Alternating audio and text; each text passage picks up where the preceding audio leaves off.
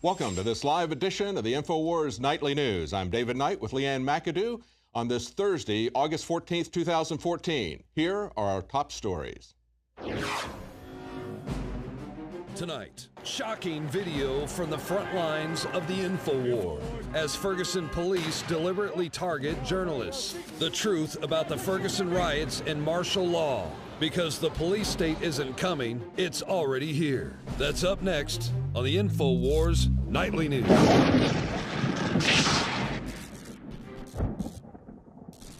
We're going to be joining our reporters who are live on the scene in Ferguson, Missouri tonight, but first we want to break down for you what's been happening this last week.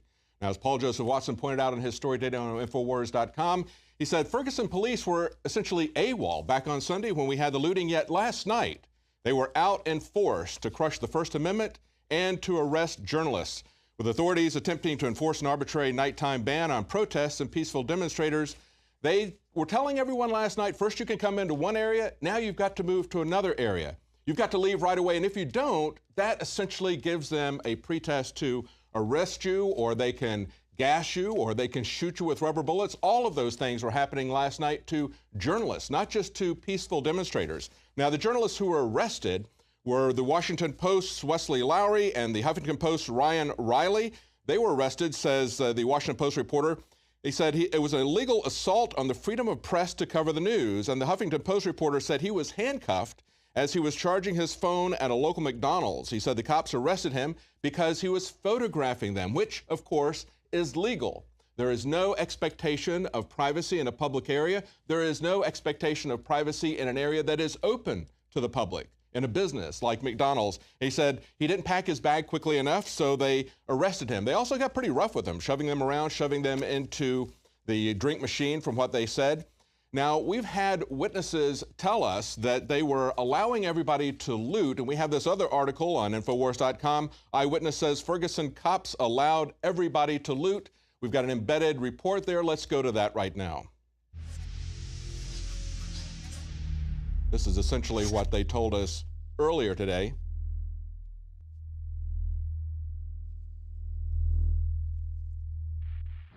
The thing about it is they allowed everybody to loot Sunday. Yeah, that's what I heard. One of the guys we spoke to earlier said the cops were blocking an area and literally letting the masses drive by and then go into the shopping centers. They surrounded the entire community at each end and let everybody loot and do everything they wanted to do. So and go down. Do what now? Oh no, I was just finishing. I mean, when it comes down to it, I mean, this is all a ploy basically to make sure that everybody begins a war with the police, even though they're rioting for a you know what I'm saying, for a reason, for a cause.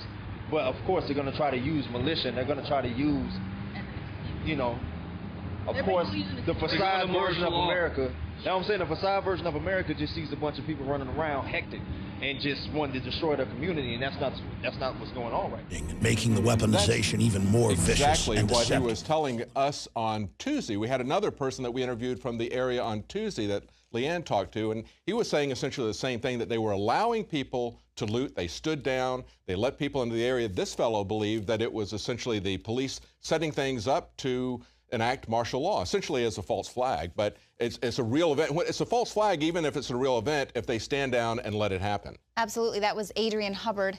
And he thought that it was pretty suspicious, actually, that the cops were just they cordoned off the entire area and just allowed cars to drive in. They saw that things were getting really escalated there, things were being set on fire.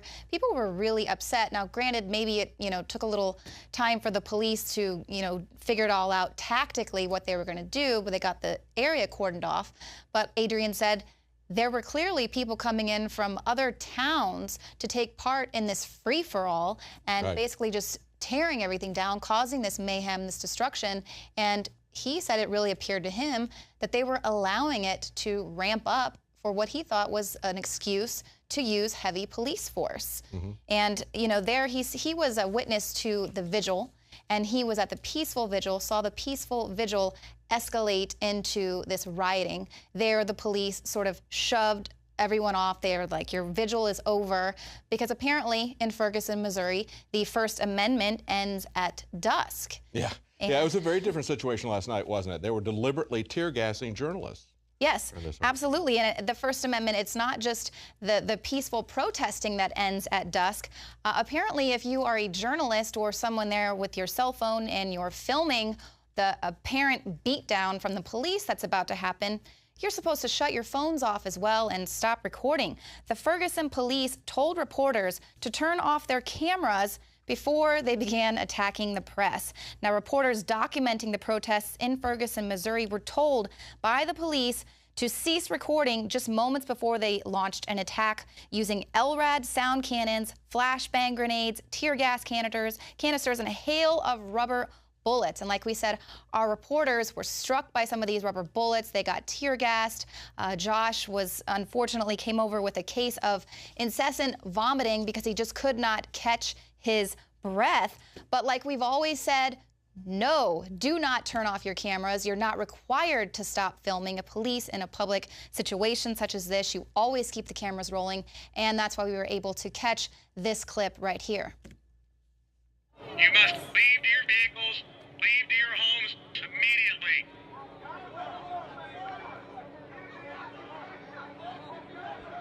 Please turn off your video. I think they say please turn off your video. That's what it sounded like to me. Did they just tell us to turn off, stop filming? I think that's what they said, honestly. It sounded like, listen out, they told us to turn now. Please turn off your rural video. America. What did they say? I think they say please turn off your video. That's what it sounded like to me. Did they just tell us to turn off, stop filming? I think that's what they said, honestly. It sounded like, listen out, they told us to turn off our recording. Trapping everybody in? They tried to. Front line of the info war. Joe Biggs, Jakari Jackson, Josh Owens, the front line as they advance on it. That is really hurting. So this is apparently a new tactic that they're using. Not only are they shutting down peaceful protests, but now they're trying to, I mean, this was a pre-recorded voice coming out of the MRAP vehicles, I mean, saying, turn your cameras off. So they had prepared for this. They knew there were journalists there. I mean, it's kind of. Well, and what happened subsequently, it was very clear that they were targeting journalists, wasn't it? Yeah, absolutely. And, you know, that's just one of those interesting things is that here we have everyone with their cell phones. They can't tell everyone to turn their cameras off. But what happens when they get that kill switch in all the phones that they're just so desperate to get in all of our phones by 2015, in fact. But last night, Big said that he was aware that they were specifically targeting journalists, and they were specifically coming after journalists. We saw them tear gassing journalists. Jakari Jackson was there with Al Jazeera when the canisters were thrown directly at them. You see them preparing to do a live camera shot of a scene there. They are hit with a round of tear gas, and then you'll see footage that shows militarized police then confiscating their cameras. They dismantle their camera equipment, and another officer points a sniper rifle at the fleeing reporters. So you want to talk about looting? The police are looting the press. Yeah, I want to get Jakari Jackson's take on this because he was standing right there with those Al Jazeera reporters when they did that. And there's an amazing story from Fox News. They said despite reports, SWAT teams helped Al Jazeera reporters, did not take their equipment. They say the SWAT team was actually helping the journalists in Ferguson and not taking their equipment. In fact, last night, this is the Sheriff's Department that they're, of course, just repeating his press releases verbatim. That's what the mainstream media does.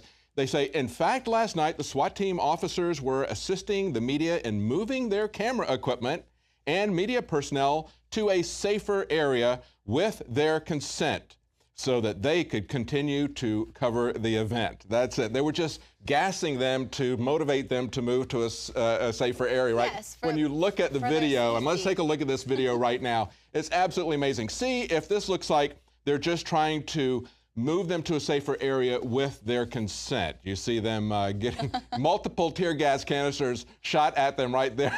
They've got all their lights set up. I don't think that they wanted to move from that area. No, not he was about to go do a live on there. Yeah, they were, and if you look at this, you'll see Jakari Jackson right off on the right-hand side of the screen, just on the other side of that sign, running with them. Now, what is interesting is what happens afterwards. Now, they're not taking their camera equipment, actually, they're taking down the lights. They're turning down the lights. They don't want to have lights shown on what they're doing. But you'll also see as we move along on this video here, let's fast forward that up to the point where they come out there with the MRAP or the military vehicle. There they are. They're taking the lights down. And then after they do this, watch this guy goes back to the camera and he actually points the camera down. So he's leaving the most expensive piece of equipment up on the tripod, but he doesn't want it to record anything. So I don't think they were looking after them. I don't think they were helping them to move to another area so they could continue to film in another area. And they say that, and this is the last thing here, they say the position of the St. Charles County Sheriff's Department is that the media has a right to cover these events, and we support the freedom of press. And that's why, Leanne, they ordered everybody and threatened everybody they would be arrested if they didn't stop recording because they support freedom of the press. Yeah, this is Orwellian. This is clear. like North Korean level of absurdity that we're seeing from Fox News, putting out these press releases from the sheriff's office saying that they were just there helping the reporters in that area. Right. Well, clearly that's why they had all the MRAP vehicles and the LRAD cannons and all the rubber bullets and everything, because they were clearly protecting everyone's First Amendment rights. Right. That's what they were. I felt a lot safer when the militarized police showed up, especially for our reporters. That's right. Well, in this next article from Kit Daniels, press suppression, InfoWars Twitter account suspended twice within 12 hours of creation. This is something that isn't quite as obvious as that. I mean, when you look at what they're physically doing, when they're shooting tear gas at reporters, when they're taking down their lighting, when they're turning their cameras to the ground and chasing these guys off, pointing guns at them as they're running away, that's pretty obvious censorship, isn't it? Less obvious censorship is when they go onto social media and start controlling that. We've been telling you about the many defense contracts that have been coming out, trying to get companies to come on and to do this type of work. And that's exactly what's going on. Now we see the fruits of this. We see in this article from Kit Daniels, he's talking about how for a year he's had a Twitter account. He's posted all kinds of InfoWars content on that. And yet, last night, when he started up with a brand new Kit Daniels 1776, he used it only once to tweet out an InfoWars video showing what was going on in Ferguson, Missouri, with police snipers targeting unarmed protesters. And he says within hours, it was suspended as a, quote, suspected spam account. And he had to go back with CAPTCHA validation to unlock it. And then not long after that, they shut it down again. It's now still down because it requires a mobile phone number to unlock, and he's not giving that to them. He points out that in comparison, another Twitter account under Kit Daniels, he said, has never been suspended in its nearly one-year existence. He also points out that the main Twitter account from the official Alex Jones, the real Alex Jones account, says that was blocked from sending tweets last night. Multiple users of Facebook also reported they were unable to share YouTube videos by InfoWars. And of course, we've seen in the past that this has happened. Also last night, Facebook was adding erroneous code to shortened Infowars.com URLs yesterday so that people would not get the correct link. This is something that's been going on quite some time. We've had this happen in the past. Of course, Facebook suspended 20 accounts last year, actually in late 2012, because they said that they violated Facebook policies. They threatened to close Alex Jones's account over an image of Osama bin Laden with the words Al-CIA written underneath it, because, of course, we know that the CIA created Al-Qaeda just as they have created ISIS, as they've created IS, as they've created ISIL. They create all these pseudonyms to try to keep people confused as to what's going on. But we've even got congressmen and senators now who are saying that we should not be arming these guys. So that's not anything new, and yet Facebook will shut that down. And we should remember that it was just 2 weeks ago that we reported here on the Nightly News that PopTip, a social data mining company, had been acquired by Palantir. Now, in case you don't know who Palantir are, we've covered that as well. They were involved with, first I came under scrutiny with the Snowden document leaks when that program PRISM was out there. Palantir is a company that was created with venture funding from the CIA, from In-Q-Tel, their venture capital company, openly funded by the CIA, I would add. Now they are buying this company, which is a data mining company. Forbes asked, why in the world would Palantir, who's basically working for the intelligence community, why would they acquire a company that has basically been looking at social media and looking at trends? One of their most famous episodes is when they monitored a awards program, and they were looking for people who were A, looking at that program, and B, talking about hairstyles of some particular actresses. And if you were interested in the particular hairstyles of those particular actresses, they immediately sent you some information selling you some hair products. That was very successful. Not long after that, then, Palantir bought them because they want to be able to monitor and data mine instantly in real time and make the kind of adjustments that we saw happening to Kit Daniels' Twitter account, to the Alex Jones Twitter account, and to our Facebook accounts. This is very troubling to see this kind of thing happening. That's the kind of not so subtle, very subtle, I should say, censorship that we're seeing. It's not in your face like the other stuff. Yeah, well, and in the meantime, before they can control it, they're going to have their trolls and their government bots troll everything and try to control the message in that way. So that's why, you know, they were really trying to attack the press last night and trying to get them to turn their cameras off and confiscate footage. And, you know, Josh reported being trapped in a car, and they knew that there was 2 journalists, photojournalists in that vehicle, and just getting bombed with these cannons and with the flashbang cannons.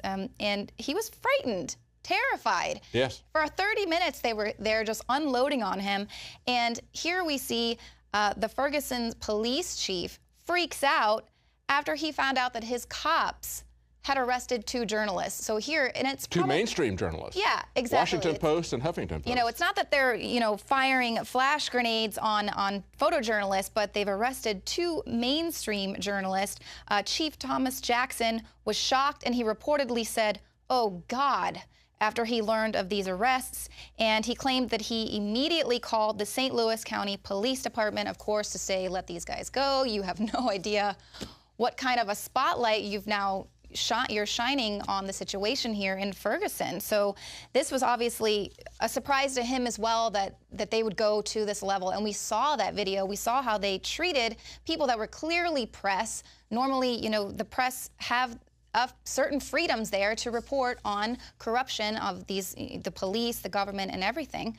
But here they were clearly trying to shut it down, clearly on the attack when people are screaming, "Press, press," and they're getting tear gassed and having rubber bullets shot at their kidneys like well, and of course, Biggs. everybody has the right to film in public. It's not just the Washington Post, but when you arrest a Washington Post reporter, when you shove these guys into the drink machine because they won't turn off their iPhones, that has repercussions, doesn't it?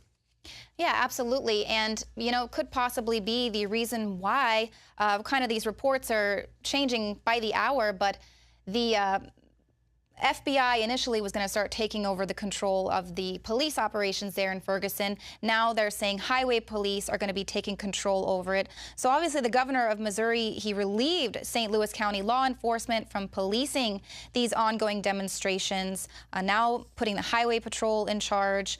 Obviously it looks like a war zone there, so they're really kind of concerned about how the local police department there is actually handling this entire situation. I think we're going to see. I think we're going to see the FBI essentially taking over the investigation, and that's really what is behind all of this from the very beginning.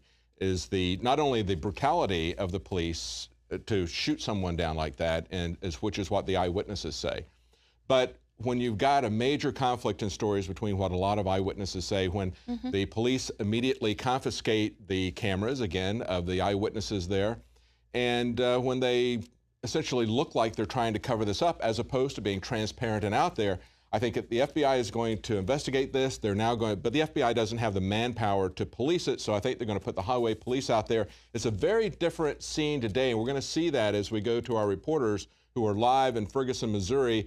We saw looting and riot on Sunday. We saw them attacking peaceful protesters last night and coming after them last night. It was a very intensive, very confrontational attitude, and we've got some law enforcement reactions to that. But I wanted to take a look at what the politicians are saying, because we've got some interesting reactions from politicians. We've got a Democrat congressman from Georgia, John Lewis, talking about what he thinks should happen. Now, he starts out with the right thing, and he comes to an amazing conclusion here. He says, people have the right to protest. He's talking on MSNBC. He says they have the right to dissent. They have the right to march in an orderly, peaceful, nonviolent fashion, and the press has a right to cover it. Ferguson, Missouri is not Congo. It's not China. It's not Russia. We can do better. Now, here's what he wants. President Obama should use the authority of his office to declare martial law, federalize the National Guard, and protect people as they protest. I don't think so. I mean, here he is. He's talking about how we don't want to have martial law. And he's talking about how this is not the Congo, this is not China, this is Russia. And then he wants Obama to act as if it's China, Russia, and the Congo, which is martial law. It's what we have. Martial law is the problem. Can't you see that? And so then what does Obama do? Today he has a brief press conference, and he essentially does a can't we all just get along, kind of a Rodney King type of thing. He says, well, there's never an excuse for violence against the police. Wait a minute. Was there violence against the police last night? No, there wasn't any violence against the police. The police, as our reporters were pointing out, they were itching for a fight. As Joe Biggs said, he could see a guy standing there with a billy club, kind of twirling it with a smirk on his face. They were itching for an excuse to start. And whether it was a provocateur within the crowd or whether it was just an idiot trying to throw something out. The first time something gets thrown, they let loose with everything they had with the crowd. So let's make it clear, there was no violence against the police. Not on Sunday, not last night. They did that. And then he says there's also no excuse for police to use excessive force against peaceful protesters. Well, that's fine. But, you know, that really talks around the problem, because to say, you know, let's just all get along. We've got what Obama is saying is, look, you guys on that side messed up a little bit, and you guys over here messed up a little bit. That's not really the issue. Rand Paul got to the issue. He said, we have to demilitarize the police. This is a story from Time magazine today. He said, if I had been told to get out of the street as a teenager, there would have been a distinct possibility that I might have smarted off to the cop, but I wouldn't have expected to be shot. And that's what eyewitness accounts are saying happened there. And then he goes on to quote in this op-ed piece, Cato Institute's Walter Olson. He said, why are armored vehicles in a Midwestern inner suburb? Why would cops wear camouflage gear against a terrain patterned by convenience stores and beauty parlors? Well, you know why they would. They want to intimidate people. They want to look like soldiers, and they look like soldiers except for the small police patch there. He says, why would someone identifying himself as an 82nd Airborne Army veteran looking at the Ferguson police scene comment, we rolled lighter than that in an actual war zone? In other words, we weren't that heavily armored when we were fighting abroad. That's the amazing thing about this. And Rand Paul points out with a series of quotes and articles going back through the history, as we have many, many times, he says there is a systemic problem with today's law enforcement. And that systemic problem is coming from the federal government. It's coming from Homeland Security. It's coming from the federal government, which is trying to change the rules of engagement. It has been working for a very long time to militarize our police, to give them a mindset that they are some kind of a paramilitary or actually a military organization, that the people that they're there supposedly to protect are quote-unquote civilians. And now they are teaching them that those civilians are essentially counterinsurgency threats to them. Wouldn't you say? How do you feel about that? What do you think about these political reactions, Leanne? Well, I mean, I just think it's a little insane to say we need to declare martial law there. It appears as though it's already been declared. I mean, there's a curfew. Yeah. It would be better if we declare it. Saying it without saying it. Right, yeah, to actually go out there and say it. But the Department of Homeland Security is the one that is responsible for arming these small town police departments. Obviously, St. Louis is a little bit bigger, but I mean, we see small town Indiana or here in Austin, like other small towns are getting grants from the Department of Homeland Security for armored vehicles, guns, aircraft. Well, besides billions of rounds of ammunition, Homeland Security has gotten, they've purchased 2,700 MRAPs, and we're being told that they're bringing 13,000 MRAPs to America. They've already put out 600 or so, many of them in very small communities. So this is something that they're planning on this getting much, much larger. Now, the reaction then is that this police chief is basically being told to stand down by the governor. They're putting the highway patrol in charge. Perhaps they're putting the FBI in charge of the investigation. And now we have a former police chief speaking out. This is an article today on Infowars.com saying that the Ferguson military gear was, quote, an act of provocation. Now, this is a former Seattle police chief. He has been there. He's done that. He's made the mistake. He's admitted that he made the mistake because he said what happened in Seattle in 1999 was a police overreaction. That was when he was police chief there. And he said, it was the worst mistake of my career. We used chemical agents, which is a euphemism for tear gas. That's what they did last night in Ferguson, against nonviolent and essentially non-threatening protesters. That's what they did last night in Ferguson. He said, if they're out there in military gear from the beginning, that's an act of provocation. We just simply need to use defusing techniques. He said that a heavy-handed response to the World Trade Organization riots in Seattle was what he was talking about back in 1999. He went on to say, and specifically point out that one of the things that he was concerned about was the intimidation by attack dogs. And this is something I noticed, Leanne, when we were getting a live feed from them. We saw these guys coming out, how heavily armed they were, and even coming out with the police dogs. And of course, they had heavy police dogs there last night. He said, there is a real place for dogs and police work, but not in the context of a non-violent protest. In fact, using dogs for crowd control is operationally, substantively, and from an image point of view, about the worst thing you can do. He said we should have learned that lesson as an institution back in the 1960s in Birmingham, Alabama, when Bull Connor unleashed his police dogs on non-violent civil rights demonstrators. He was essentially saying to those peaceful protesting Americans, you are the enemy. We've been told that we are the enemy in a gazillion different ways, haven't we, by the Homeland Security purchases. And of course, just as we did back in April when Joe Biggs and I were in Virginia, we walked through an American town that they had built so they could practice their militarized police force or their counterinsurgency techniques by the Asymmetric Warfare Center. This is the Army doing this, setting up this for training police as well as for training Army to tell the American people you are the enemy. If you can't see that you're the enemy based on all of their scenarios, all of their purchases, all of their training facilities, and now based on these actual things that they did last night, I don't know what it takes to get the American people to see this. Right, the terrorists are us. Anyone that might stand up to their tyranny is seen as the actual threat to their national interests. It's not our national interest anymore. Now it's theirs. And we're told, just like Obama is saying, he wants to de-escalate everything. So let's everybody just get along. We've made mistakes on both sides. Let's everybody just go back, put your feet up, watch a ball game, you know, have some brew or something. Just calm down and don't do anything. I don't think that's the answer.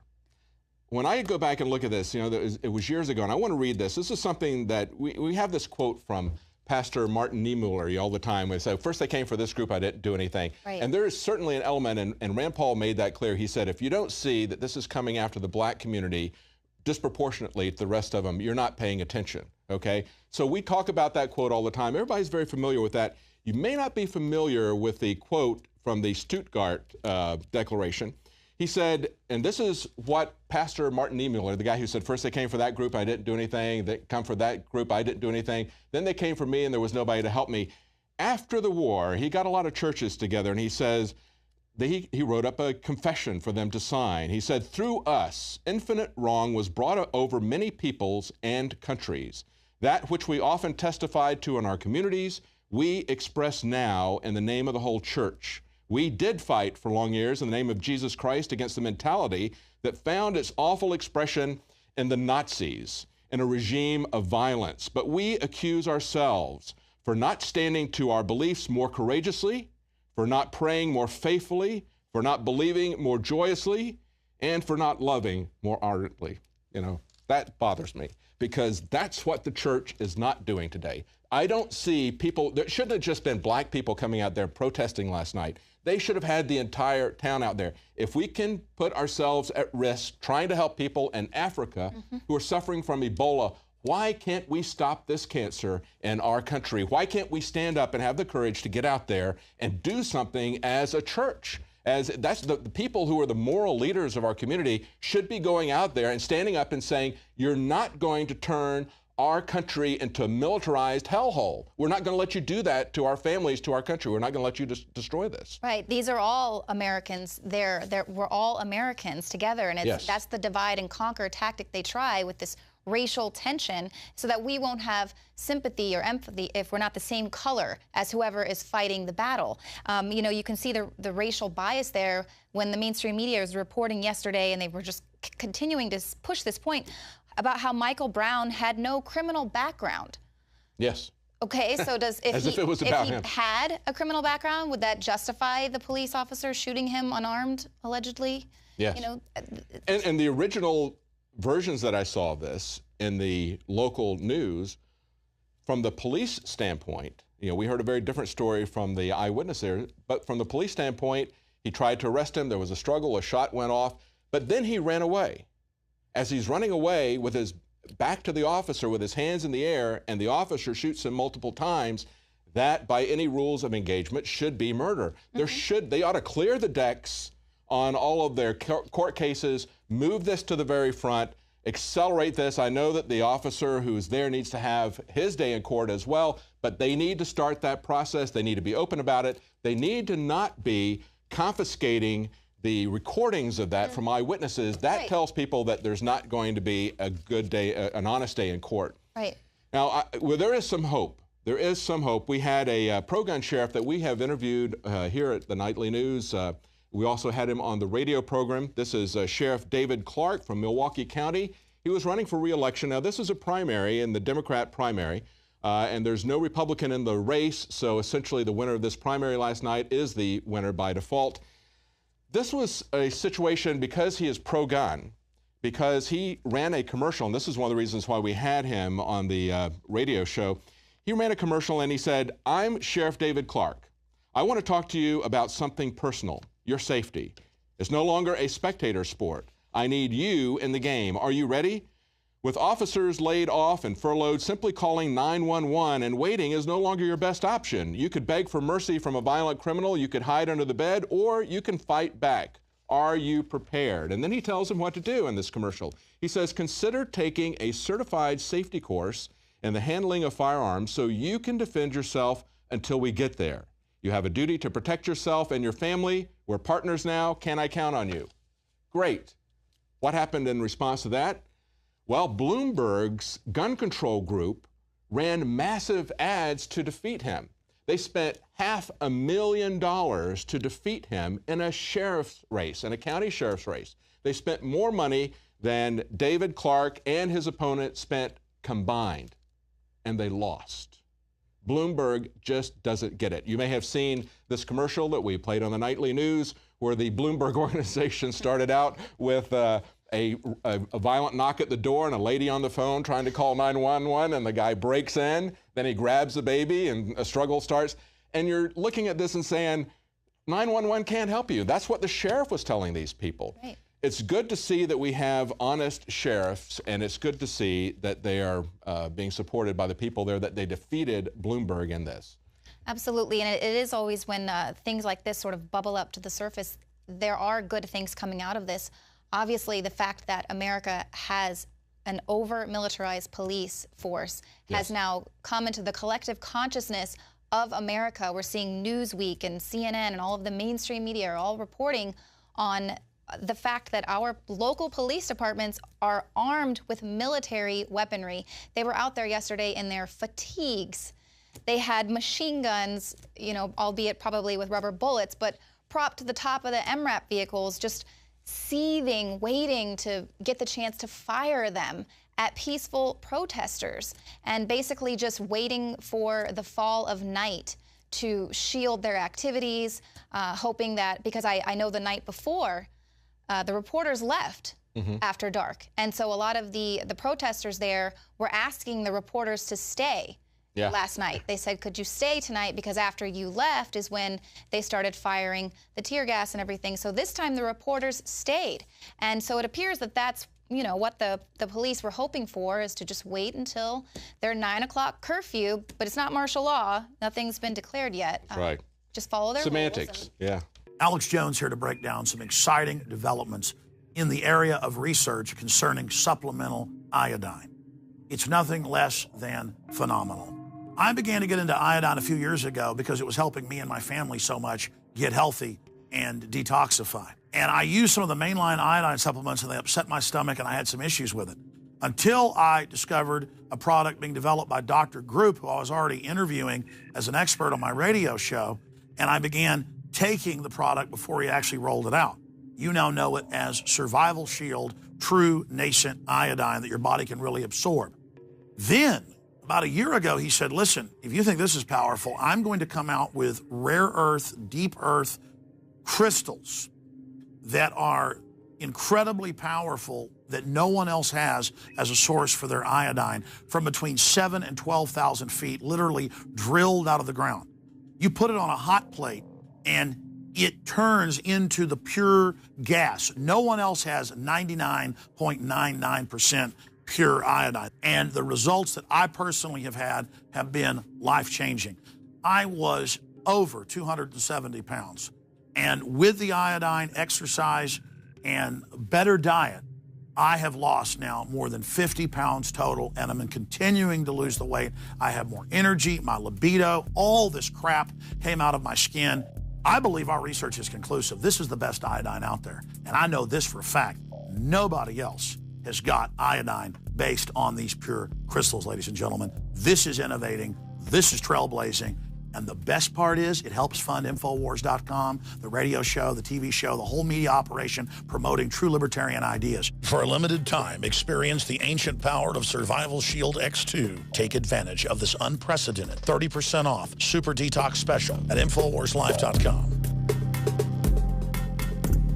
This is Alex Jones for InfoWarsLife.com. The latest in preparedness is now here. An electrically stabilized colloidal silver solution that can be added to both your home cabinet and preparedness pack alike. Concentrated to 30 parts per million in what has been dubbed the Survival Silver Solution. The new InfoWars Life Silver Bullet Colloidal Silver is the answer for you and your family. And it's entirely free of toxic artificial additives that are loaded into many products. The InfoWars Life Silver Bullet Silver is so powerful that it is concentrated into a 2-ounce bottle and is not recommended for extended continual use. This is not a low-grade formula. We are working with one of the top laboratory manufacturers in the United States to bring you the best form of colloidal silver using electrical processes within a base of deionized water for your preparedness storage or your home kitchen. Purchase your bottle of InfoWarsLife.com Silver Bullet Colloidal Silver today and find other amazing supplements at InfoWarsLife.com.